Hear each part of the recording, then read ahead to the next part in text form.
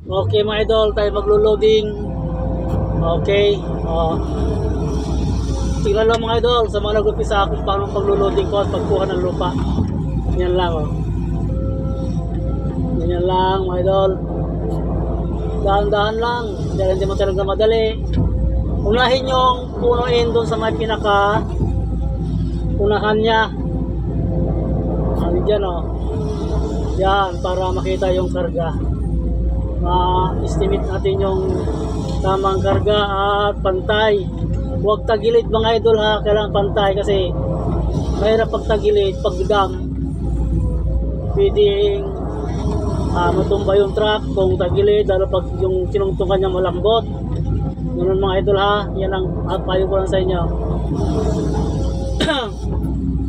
Kaya pala mga idol, kayong itong mga natin, mga bashers natin dyan, alam nyo mga idol, kung gusto nyo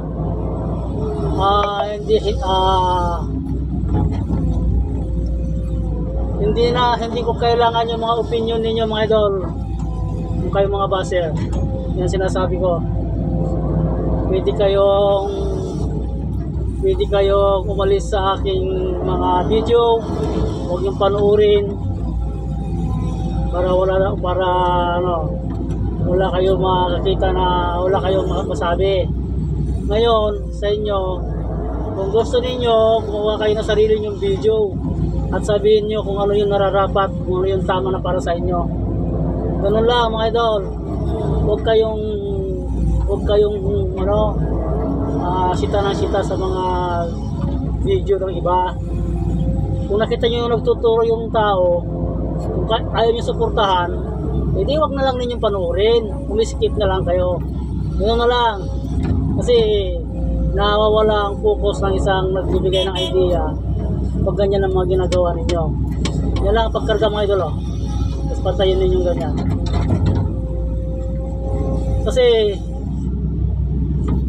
kung may nakikita kayo na ganyan, kung ayaw nyo suportahan, okay lang yon, walang problema yan. Ngayon kung may nakadumaan sa ninyo, wall ninyo, skip na lang ninyo. Hindi yung kung ano pa mga sinasabi ninyo na wala ng focus yung nagbibigay ng idea mga idol. Ang gawin ninyo, kung hindi kayo kontento sa mga nakikita nyo, gumawa kayo sarili nyong page. Yan, magbigay kayo ng idea sa iba, ganoon. Hindi yung sumuka ng kayo sa mga video ng iba, yung binibigyan nyo ng mali. Kung alam nyo mali, di gumawa kayo ng page nyo. Hindi yung sabihin nyo, mag-video kayo yung tama, na alam ninyong tama. Mga idol, dahil sa akin, ang binibigay ko naman dito based sa aking experience. Hindi ako magbibigay ng idea na hindi ko nagawa. Yan, tandaan nyo mga idol.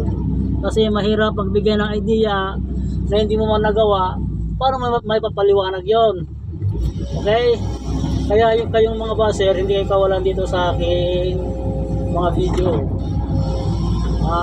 Yan sinasabi ko sa inyo. Gumawa kayo ng sarili nyong content at ipakita ninyo yung alam nyong tama rin. Okay? Hindi yung kayo sa video ng iba. Yun lang mga sabi ko sa inyo mga idol na basher.